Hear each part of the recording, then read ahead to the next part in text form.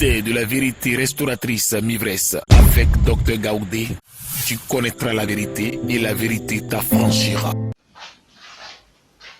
Je vous salue dans le nom de Jésus de Nazareth.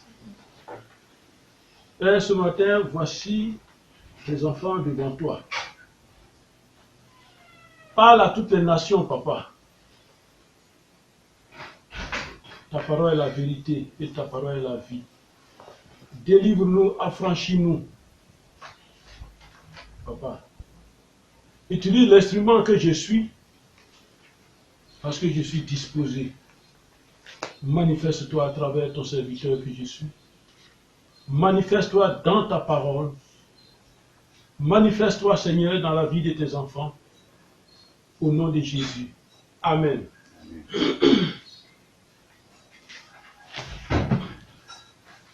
La parole d'aujourd'hui est tirée du livre de Marc.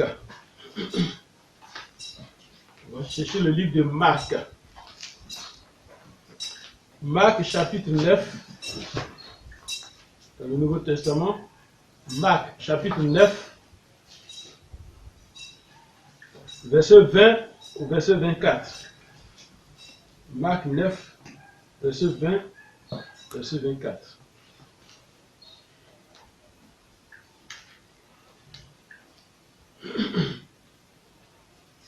Marc chapitre 9, les filles la lisent. Marc 9, verset 20 à 24. à 24. Et aussitôt que l'enfant vit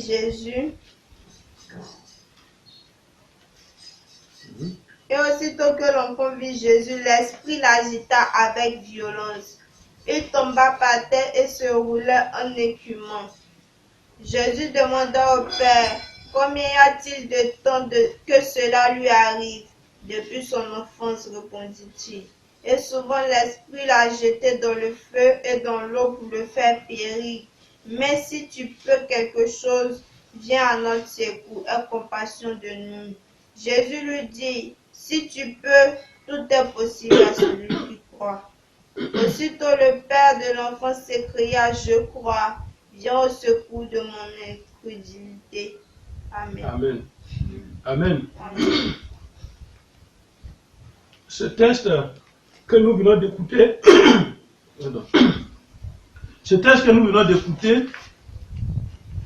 il nous présente une situation, un problème et un danger. Amen. Amen. Et Jésus prend des informations sur le danger, sur le problème. Des informations qui concernent qui? Un enfant. L'enfant d'un homme de la foule qui était avec Jésus. La foule qui était devant Jésus. Et le père de cet enfant, il demande à Jésus s'il peut faire quelque chose par rapport à ce que son enfant vit. L'enfant, l'esprit qui était dans l'enfant jette l'enfant dans le feu. L'esprit qui était dans l'enfant fait faire l'enfant ce qui est dangereux même, ce qui peut tuer l'enfant. Et le père de cet enfant donc demande à Jésus si tu peux faire quelque chose. Il demande parce qu'il avait commencé avec les disciples de Jésus. Les disciples de Jésus n'ont pas pu faire quelque chose. Il dit, est-ce que toi, Jésus, tu peux faire ce que tes disciples n'ont pas pu faire? Et Jésus lui dit, tout est possible à celui qui croit. Amen. Amen. On en parlera un autre jour. Tout est possible à celui qui croit. Alors, deux fois le père de l'enfant, le père a demandé à Jésus, il a demandé le secours à Jésus, 2 fois. Dans le passage que nous venons de lire. 2 fois le père a demandé le secours de Jésus. Il dit, viens à notre secours, aie compassion de nous. C'est la première fois qu'il a dit ça. Et il a insisté. Il dit, viens au secours de mon incrédulité. Ce sont des mots importants dans le monde spirituel. Voici donc le texte d'aujourd'hui qui soutient la parole de Dieu que le Seigneur veut nous donner. Amen. La commission de la part du Seigneur. De ce texte-là, le Seigneur veut nous parler de quoi? Aujourd'hui, le thème c'est le secours. Le secours. Nous cherchons le secours partout. Nous cherchons le secours dans le monde visible comme invisible. Derrière un secours, il y a un danger. Devant le secours, il y a la solution. Amen. Nous sommes tous confrontés à des situations, à des guerres, des troubles, des dangers spirituels, des dangers physiques, des besoins. Nous sommes confrontés à des urgences. Qu'est-ce qui te poursuit? Qu'est-ce qui te chasse? Qu'est-ce qui te détruit? Qu'est-ce qui gâte ta vie? Qu'est-ce qui t'éloigne de ton Dieu? Qui te ment? Pourquoi ces choses se poursuivent dans ta vie? Et puis tu ne dis rien. Pourquoi ces choses-là te poursuivent? Et tu souffres dans le silence. Qui peut venir à ton secours? Nous avons tous besoin du secours. Mais quel secours? Un secours avec une bonne solution à vie, une solution à vie. Qui peut donner ce secours?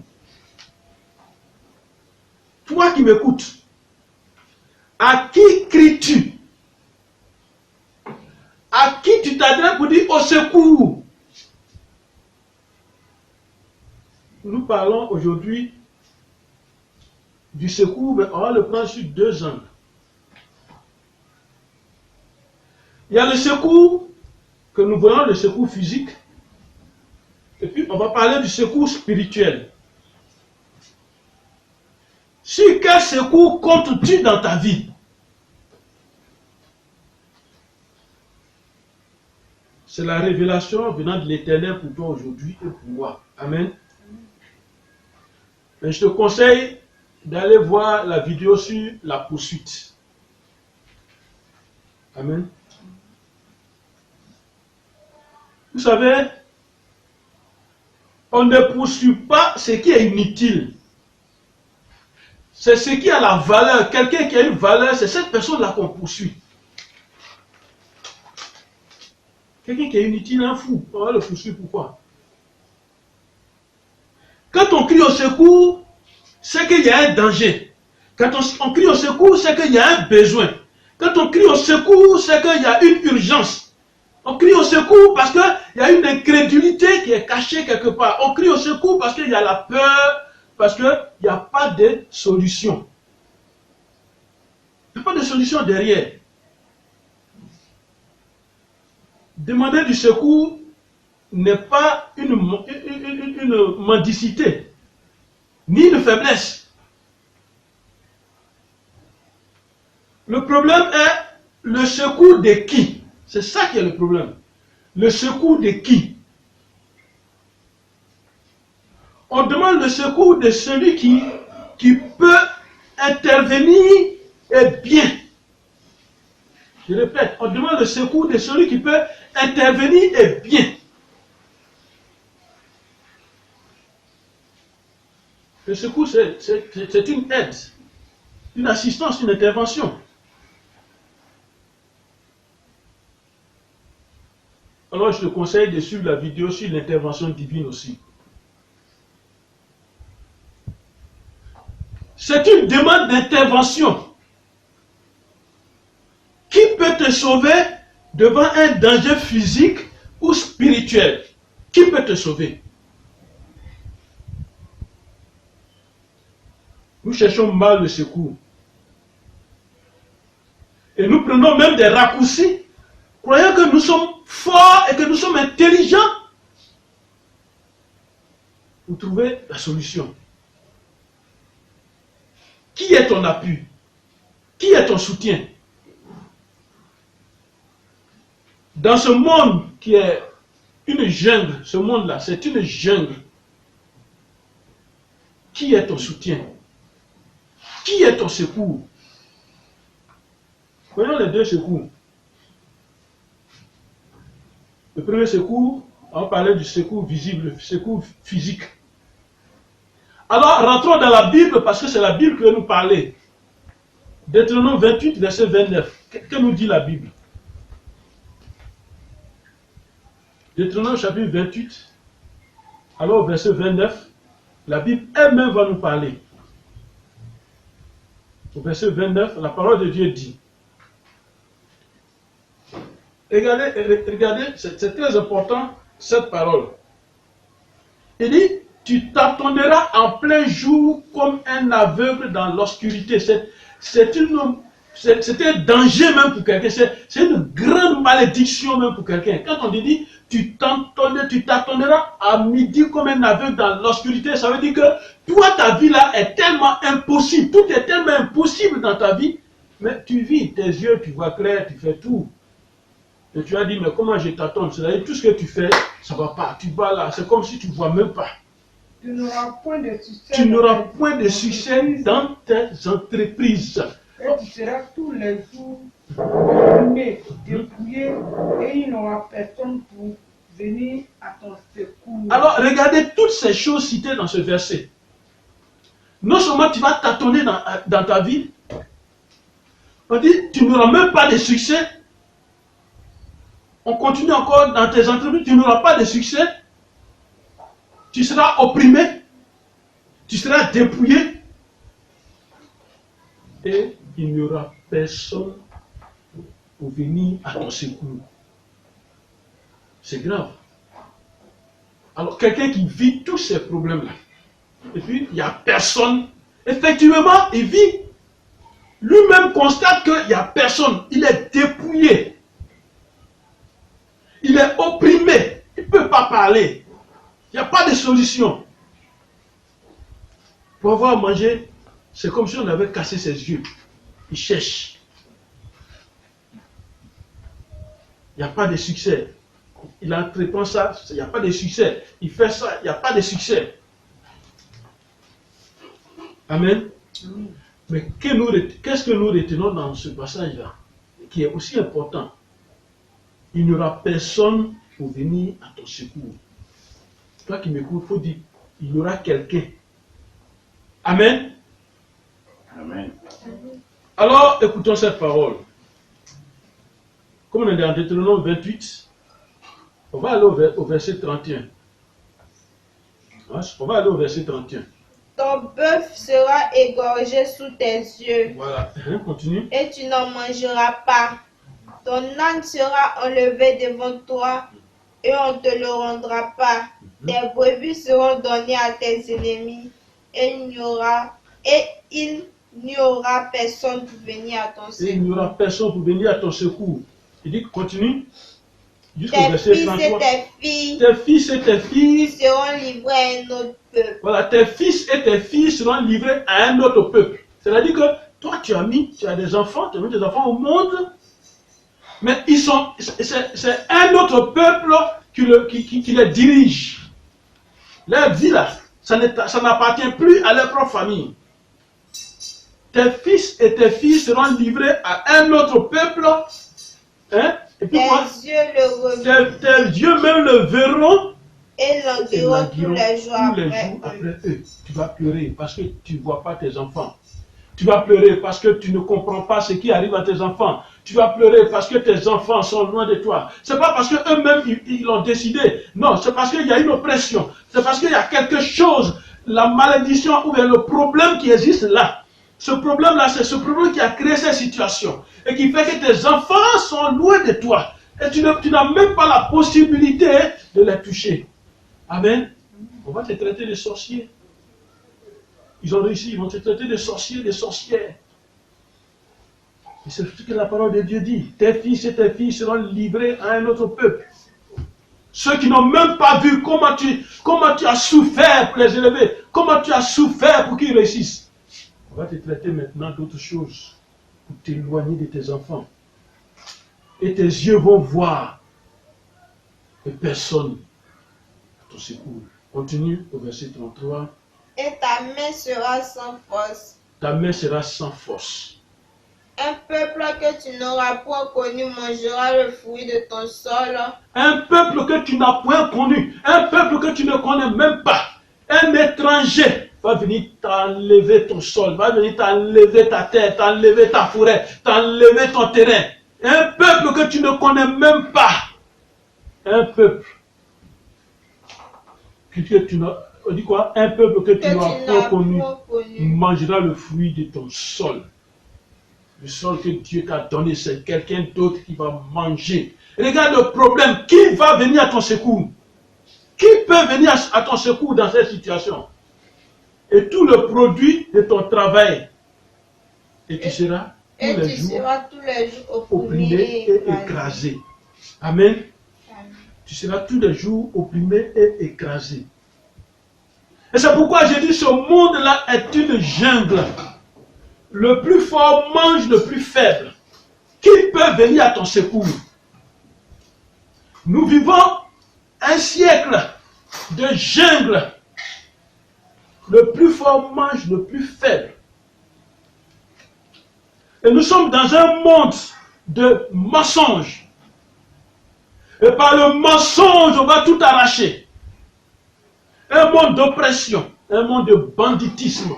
Dans tous les domaines, banditisme financier, banditisme spirituel, banditisme économique, banditisme dans tous les domaines. Un monde de vol.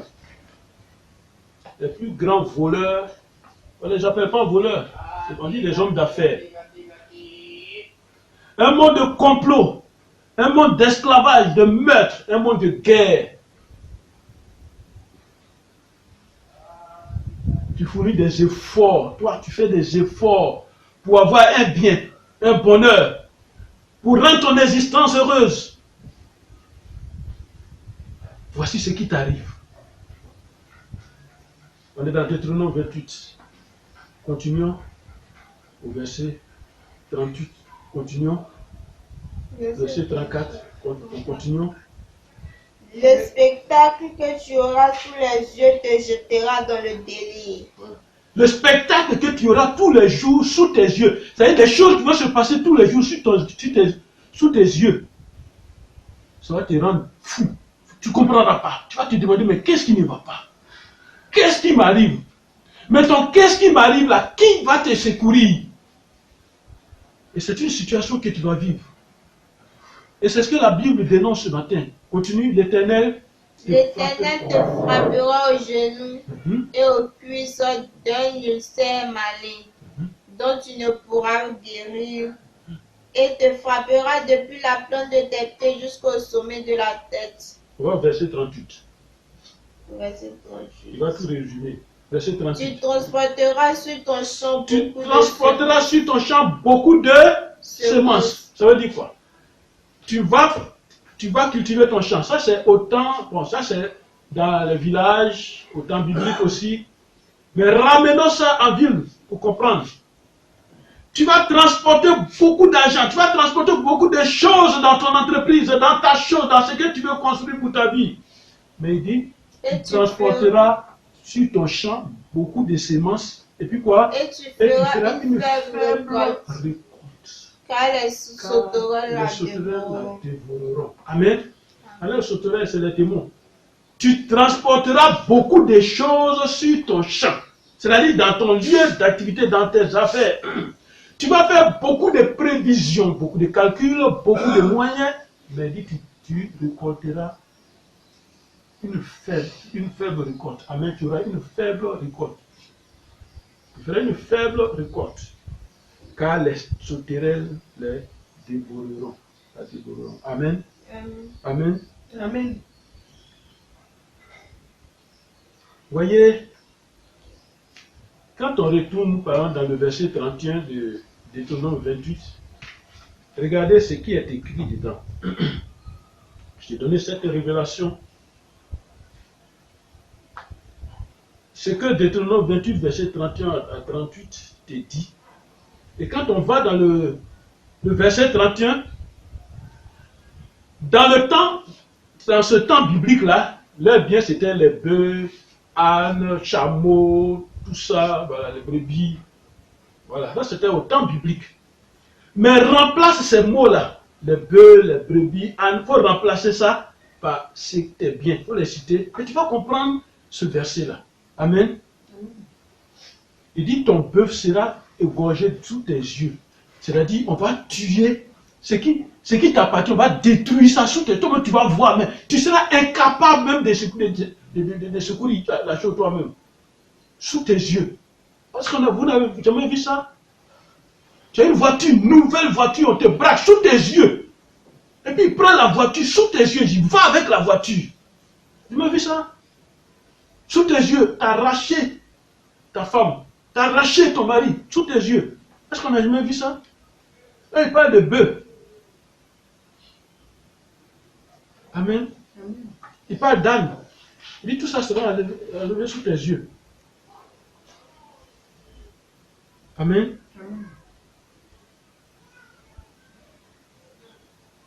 C'est ce que tu vis. Si on remonte au verset 30 de Deutéronome 28, il dit quoi? Deutéronome 28, verset 30. Écoutez très bien.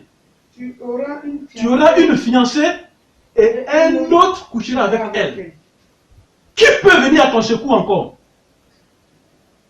Tu auras une femme et puis quelqu'un d'autre va prendre. Qui peut venir à ton secours? Tu auras une fiancée. Tu auras un fiancé aussi. Et un autre homme, une autre femme viendra. Tu Il dit, tu bâtiras une maison et tu ne l'habiteras pas. Est-ce qu'on a jamais vu ça? Tu as construit une maison au village. Tu as construit une maison. Mais tu ne vas pas rentrer dedans. Amen. On m'a lancé ce défi spirituel. Quand j'ai acheté ma maison, tu ne vas pas dormir dedans. Et les révélations même me le disaient. Mais voilà ce que j'ai dit. J'ai prié. Quand je mangeais banane braisée, si l'argent de celui qui a dit ça est dedans, Dieu, il faut faire, moi je vais mourir dedans. Aujourd'hui, je vis dedans. Amen. Comment on peut dire à quelqu'un, tu bâtiras une maison et tu ne l'habiteras pas? Il faut dire, je refuse. À moins que tu aies pris de l'argent avec cette personne. Tu planteras une vigne et tu n'en jouiras pas. C'était cette réunion sur les vignes, nous c'est café et cacao et tout. On dit tu planteras ton café et cacao, mais tu ne vas rien retirer. Effectivement, ça ne rapporte rien. Tu as planté café et cacao, mais tu ne vends même pas. Ça ne va même pas du tout. Ça ne va pas. Pourquoi? Les parasites, tout ce qui est mauvais, c'est ta plantation seulement que ça voit. Amen. Alors, dans cette injustice, dans cet esclavage et dans cet étouffement, qui peut venir à ton secours? Voilà la grande question. Tout ce que tu as écouté aujourd'hui, qui peut véritablement venir à ton secours? Qui peut? Amen. Amen. Qui peut venir à ton secours?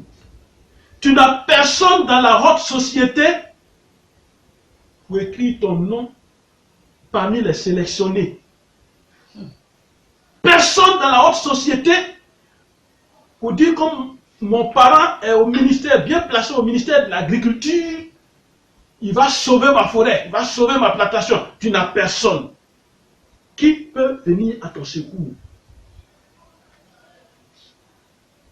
Parce que tu n'as rien. Et parce que tu n'es rien.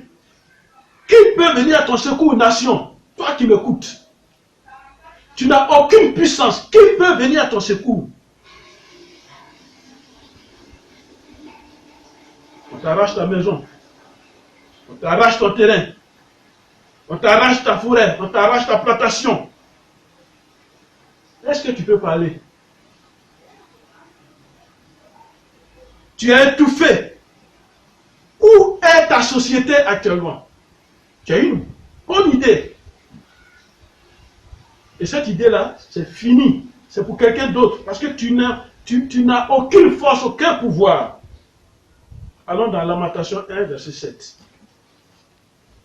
Lamentation 1, verset 7. Allons dans Lamentation 1, verset 7. C'est après Jérémie. Lamentation 1, verset 7. La parole de Dieu nous dit quoi? Verset 7. La parole de Dieu nous dit quoi? Au jour de la détresse. C'est-à-dire, Au jour de sa détresse. au jour de sa détresse, c'est-à-dire le jour où il y a problème, le jour où il y a danger, le jour où il y a difficulté. Au jour de la détresse Et de sa misère. et de sa misère, non seulement le jour où il y a problème, mais le jour de misère. Jérusalem s'est souvenu de tous les biens dès longtemps son partage. Oh, alors Jérusalem, mets-toi même ton nom, tu comprendras. Jérusalem s'est souvenu de tous les biens dont longtemps, dès longtemps, son son partage. partage. Quand il y a problème, il y a misère, quand tu es assis, tu te souviens de tous tes biens que tu avais. Amen. Maintenant, continue. Quand son peuple est tombé sans secours, son sous la peuple main est de tombé l'oppresseur, sans secours sous la main de l'oppresseur, ses ennemis l'ont vu et ils ont ri de sa chute. voilà. Amen. Amen. Quand son peuple, quand Jérusalem, quand tu es tombé sans secours sous la main de l'oppresseur, il y a quelqu'un qui te fatigue. C'est ton oppresseur. Quand tu es tombé sous la main de ton oppresseur, de l'oppresseur, je ne vais pas dire ton oppresseur parce qu'il ne t'appartient pas. Il est ailleurs, c'est lui qui t'attaque. Sous la main de l'oppresseur, c'est pourquoi la Bible parle comme ça. Tes ennemis, ils t'ont vu et ils ont ri de ta chute. Ils rient de ta chute, c'est ce qu'ils voulaient. Amen. Est-ce que nous allons laisser cette situation continuer? Non. Alors le moment est venu de montrer que nous avons un autre Dieu. Qui peut t'aider? Qui peut t'assister? Quand tu as écouté tout ça, qui peut t'aider? Qui peut t'assister? Qui est suffisamment fort pour te secourir? Homme, femme, toi qui m'écoutes, allons dans Lamentation 4. Lamentation 4.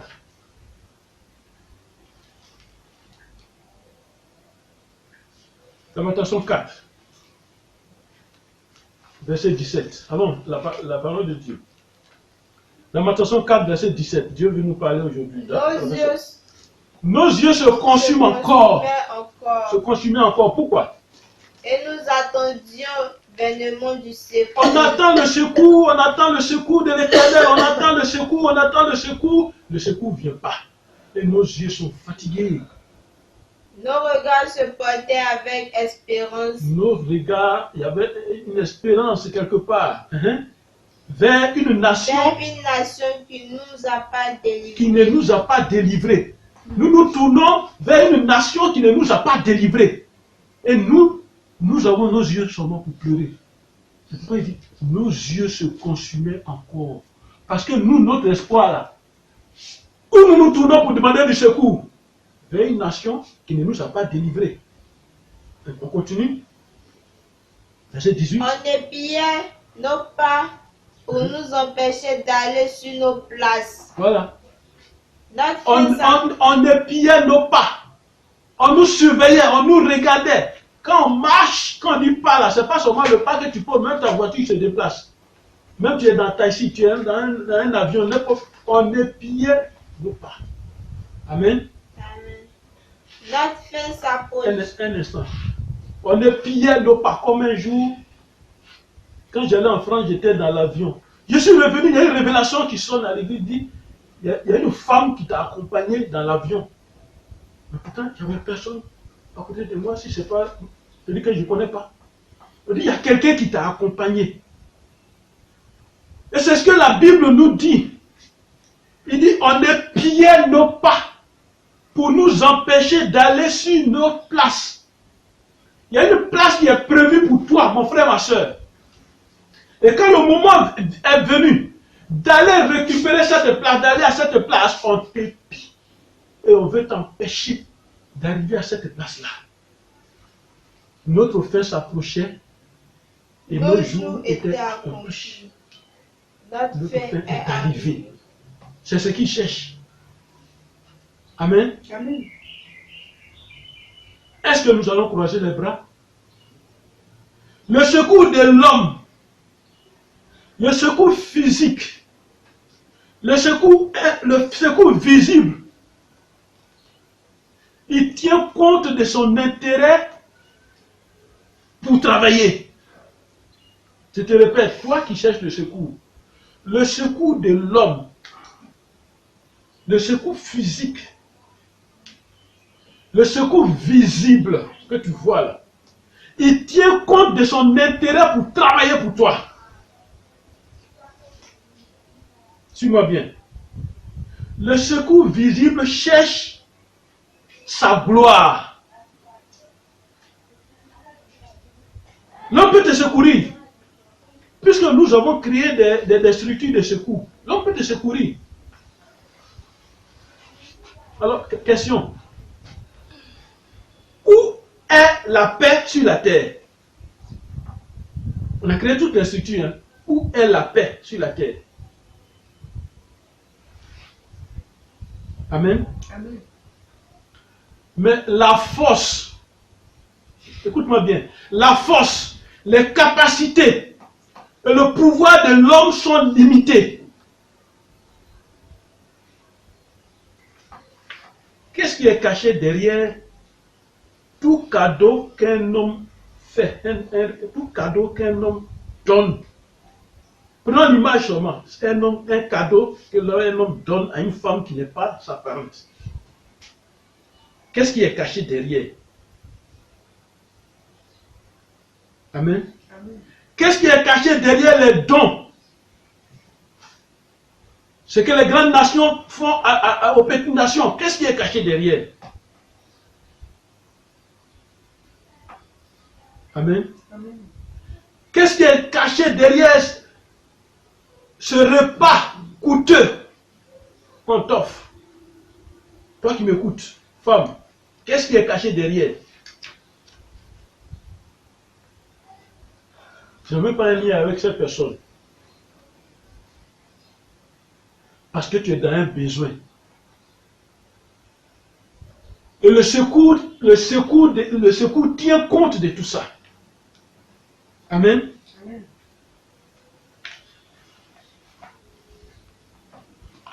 Le secours. Le secours parce que quelqu'un est plus fort que toi. Et c'est lui qui te fatigue. Allons dans le psaume 60, verset 13. Il dit quoi? Le psaume 60, verset 13, il dit quoi? Il dit, ce que je retiens dans ce psaume qui m'a plu, il dit, le secours de l'homme n'est que vanité. Amen. L'homme là, quand il vient à ton secours, le secours de l'homme n'est que vanité. Job 12, verset 4, disons. Job chapitre 12, verset 4.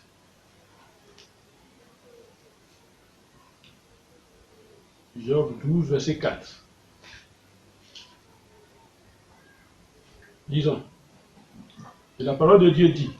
Je suis pour mes amis Je- un c'est- objet c'est- de raillerie. Job qui a souffert, qui connaît ce que c'est que la souffrance, il dit, je suis pour mes amis un objet de raillerie. Mes amis là, quand ils me voient, ils se moquent de moi parce que je souffre. Parce que je souffre et je n'ai personne. Le juste, l'innocent, un objet de raillerie. Voilà. Il dit, je suis pour mes amis un objet de raillerie. Quand j'implore le secours de Quand Dieu, j'implore le secours de Dieu, c'est-à-dire quand je me mets à genoux, et puis j'implore le secours de Dieu. Ce que tu vas apprendre aujourd'hui, comment on implore le secours de Dieu. Quand j'implore le secours de Dieu, regardez ce qui se passe. le juste, C'est- l'innocent, attends. un objet de raillerie. Voilà, quand j'implore le juste innocent, un objet de raillerie. C'est-à-dire, quand je fais là, mes amis, ils se moquent de moi. Amen. Amen. Amen. Ça, c'est le secours de l'homme, ça. Parlons du secours du diable. le secours du diable. Parce qu'on rentre maintenant, on a fini avec le secours physique, le secours visible, on rentre dans le secours invisible spirituel. Et dedans, il y a deux parties. Il y a le secours du diable et on va finir avec le secours de l'Éternel, le secours de Dieu. Amen. Le secours du diable. Et je rappelle qu'on cherche le secours parce qu'il y a danger, il y a besoin, il y a urgence. C'est pourquoi on cherche le secours. Alors, notre Seigneur Jésus va nous laisser une leçon qu'on connaît tous. On va rentrer en profondeur dans cette leçon-là et tu vas comprendre aujourd'hui pourquoi Jésus a vécu ça. Alors, dans Luc 4, verset 1-2, Luc 4, Luc chapitre 4. On va comprendre aujourd'hui pourquoi Jésus a vécu ce que tu connais. Luc 4, verset 1-2. Écoutons la parole de Dieu. Jésus rempli du Saint-Esprit, revint du Jourdain, il est revenu du Jourdain, et il fut conduit par l'Esprit dans le désert. Et Jésus a été conduit par l'Esprit dans le désert. Qu'est-ce que ça veut dire? L'Esprit de Dieu veut nous enseigner. Jésus veut nous enseigner. Il a utilisé son Fils, Dieu. Et puis, il a utilisé son Fils, il veut nous enseigner. Et qu'est-ce qu'il va faire? Il prend son Fils, il l'envoie dans le désert. Amen. C'est vrai, c'est un vrai désert. Quand on dit désert, tu vois déjà la photo, l'image. Mais Jésus a accepté d'aller habiter dans le danger. Dans le désert, il y a tous les animaux venimeux, tous les serpents, les grands serpents à grand venin, les scorpions, tout ça. Alors Jésus a accepté d'aller vivre dans le désert. Il a accepté d'aller vivre dans le besoin, dans le manque. Il a accepté d'aller vivre dans ce qui peut provoquer une urgence. Il a accepté d'aller, ça c'est le désert ça. Il a accepté d'aller vivre dans les problèmes. Il a accepté. L'Esprit l'a conduit là-bas. Maintenant, quand l'Esprit l'a conduit, qu'est-ce qui va se passer? Au verset 2, écoutez bien. Il fut tenté par le diable. Dedans, il a été tenté par le diable pendant 40 jours. Il a été tenté par le diable pendant 40 jours. Et pourquoi il ne mangeait pas? Il ne mangeait rien durant ces jours-là. Et après qu'il fut écoulé, il eut faim. Amen. Amen. Dans ce passage, quel était le besoin qui nécessitait le secours? Si Jésus veut ressortir ça, il y a problème, désert. Jésus avait faim. Voyez ce que la faim peut provoquer. Et vous le savez bien que la faim, à un certain niveau, peut tuer. Et Jésus a eu faim. 40 jours sans manger, sans boire. Jésus a eu faim. Et voilà une situation dans laquelle Jésus se trouve. Et une situation dans laquelle Jésus se trouve pour demander du secours, pour chercher le secours, même s'il n'implore pas Dieu, même s'il ne parle pas. Mais déjà, même le problème dit qu'il a besoin de secours. Or, la faim est l'envie ou le besoin de manger. Quand tu as faim, à ce niveau-là, à un niveau de faim, il n'y a plus à trier la nourriture. Amen. Amen. Mais au sens figuré, c'est une envie intense. Et ça, suivez-moi très bien, on rentre dans la profondeur comme ça. C'est une envie intense. Et c'est ce que Jésus veut nous laisser. C'est ce que Jésus nous a laissé comme enseignement. Pour dire quoi? Il y a des faim dans nos vies. Vraiment, faim de nourriture. Faim parce que je veux manger. À ce sujet, écoutons bien le diable parler à Jésus. On est dans Luc 4. On va écouter bien le diable parler à Jésus. Luc 4, verset 3. Écoutez très bien. Verset 3, il dit quoi? Le diable lui dit, Tu es fils de Dieu. si tu es fils de Dieu, ordonne à tes pierres qu'elles deviennent du pain. Voilà. Ordonne à tes pierres qu'elles deviennent du pain. Tu n'as pas dit que tu es chrétien? Tu n'as pas dit que tu as 20 ans, 10 ans, 30 ans dans l'église? Voilà la situation devant laquelle tu te trouves maintenant. Amen. Et c'est ce type de faim que beaucoup ont sur la terre. La faim qui pousse à demander ou à accepter les magies, les faux pouvoirs, les faux prophètes, les menteurs. C'est cette faim-là, ça. Quand on te donne un poulet, c'est cette faim-là. Tu as une famille, mais quelqu'un va te donner poulet. Et c'est ça qui va provoquer mariage. Ça, c'est une faim, ça. juste pour avoir beaucoup d'argent. Aujourd'hui, cette génération est qu'est-ce que je vais dire, corrompue. Une génération gâtée. Juste pour avoir de l'argent, beaucoup d'argent. Et pour faire quoi? Non pas pour construire, mais pour aller se faire voir. Alors, on va demander le secours des moyens mystiques. On va demander le secours là il ne faut pas. La faim et la soif de l'argent. La faim, la soif du sexe. La faim, la soif de la nourriture. Des besoins à satisfaire, forcément. Tout ça, ça pousse nos enfants, et même les grandes personnes, à solliciter le secours du diable. Amen. Amen. En oubliant qu'il y a quelqu'un qui s'appelle l'Éternel est mon berger, je ne manquerai de rien. On va voir le diable.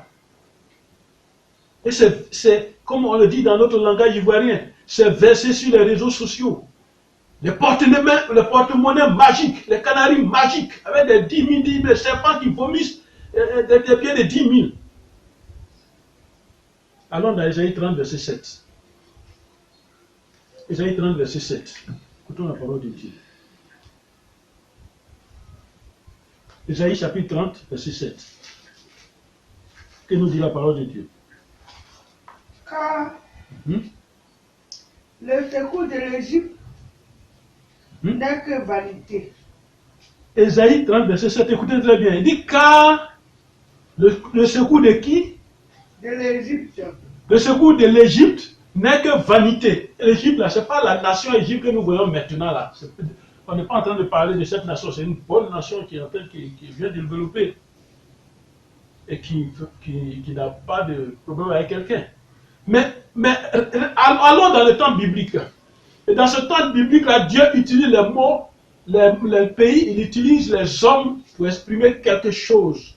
Il dit le secours des sorciers, le secours des mystiques, le secours des faux prophètes, le secours des menteurs. Ce secours-là n'est que vanité. Il ne sert à rien. Il ment.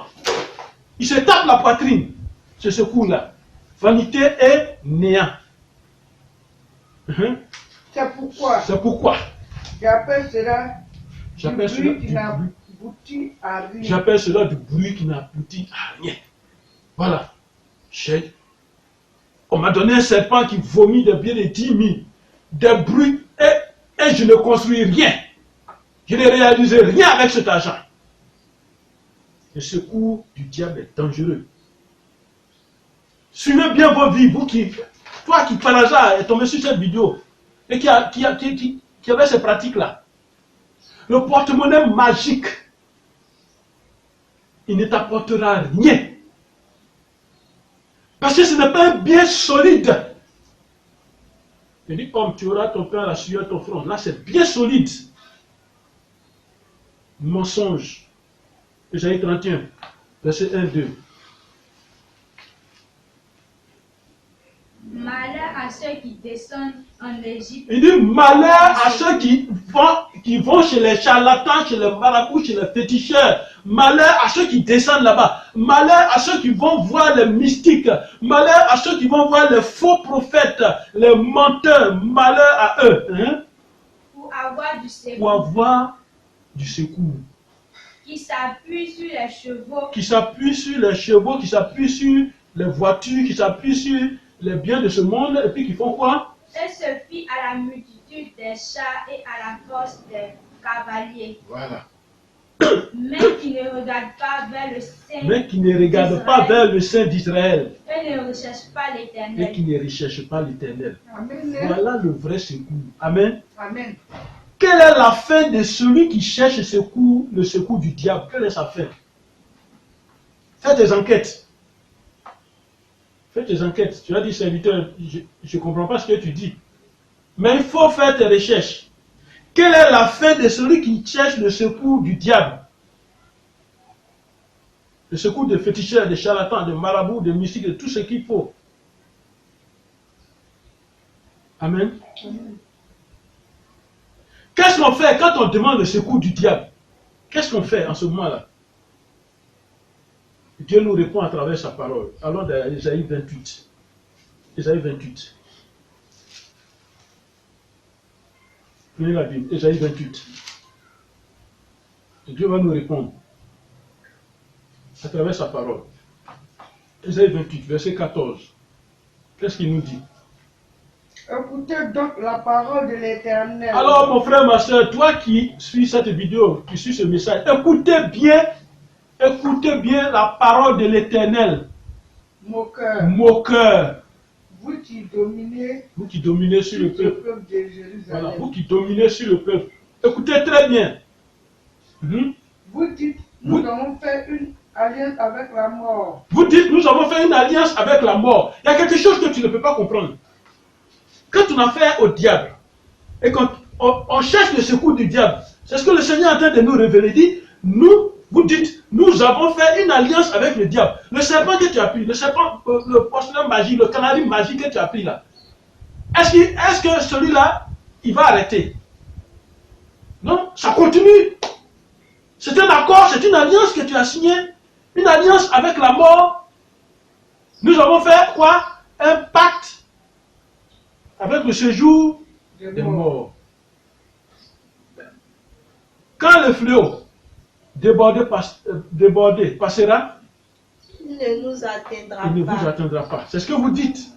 Là, dans ce pacte, dans ces alliances, dans ces accords-là, il y a quelque chose qu'on ne vous dit pas. Et c'est ce que la Bible est en train de dénoncer. Il vous dit, que même ce que tu as pris là, quel que soit le problème, rien ne va t'arriver. Amen. Pourquoi? Car nous avons la fausseté. Ils ont la fausseté pour le fuir et le mensonge pour appris. La maison où tu es parti là, c'est une maison de mensonge. Une maison de fausseté. Alors, verset 18. Verset 18. Votre alliance avec la mort sera détruite. Voilà. Votre pacte Et c'est Dieu qui dit, votre alliance avec la mort sera détruite. Votre pacte avec le séjour de mort ne subsistera subsistera pas. pas. Quand le fléau débordé passera, vous serez par lui aussi au pied. Alors vous avez dit que même s'il y a problème, des fléaux, tout ça, ça ne va pas nous atteindre parce que nous sommes dans un pacte, dans une alliance. Mais Dieu vous dit, Dieu dit aujourd'hui que quand ça va arriver, ça va t'atteindre. Amen. Amen. Le secours du diable est un pacte qu'on signe sans le savoir. C'est un pacte qu'on signe sans le savoir. Si le diable t'a donné un talisman, t'a donné un fétiche à mettre dans la poche, c'est un pacte que tu signes sans le savoir. Or, tout pacte est un accord. C'est une ruse. C'est un contrat à respecter. Et dans le monde spirituel, il n'y a pas de négociation. Non, on ne dit pas excuse-moi. Non, non, non. Une fois que c'est fait, c'est fait. C'est dans le monde physique qu'on peut dire, bon, vraiment, excuse-moi, demain je vais faire ça pour toi. Puis la personne peut accepter. Mais dans le monde spirituel, ton propre père sorcier, il n'y a pas d'excuse devant lui. Hein. C'est ton fils, vous êtes tous les deux dans la sorcellerie. Ton père a décidé que tu fasses ça, tu n'as pas fait. Il n'y a pas de pitié, il n'y a pas de jugement. Non, non, non. Amen. Amen. C'est un accord à respecter. Il faut donc le respecter. Il faut respecter le contenu de l'accord. Mais souvent, c'est même pas souvent, c'est masqué. Quand on vous fait, quand vous prenez les secours du diable, là, tous ces secours-là, c'est masqué. Les contrats sont masqués. Ce n'est pas le contrat que nous on signe sur papier, qu'on lit là. Non, ce n'est pas ça. Hein? Mais ce sont des contrats spirituels et qui sont symbolisés par quelque chose. Amen. Amen. Et c'est le piège avec le diable, ça. Alors, écoutons ce conseil. Amen. Écoute ce conseil. Allons dans Éphésiens 4. Éphésiens chapitre 4. On va écouter ce conseil. Éphésiens. 4, verset. Éphésiens chapitre 4, verset 14. Verset 14. La parole de Dieu nous dit. Afin que nous ne soyons plus des enfants. Tu entends cette parole ce matin, aujourd'hui.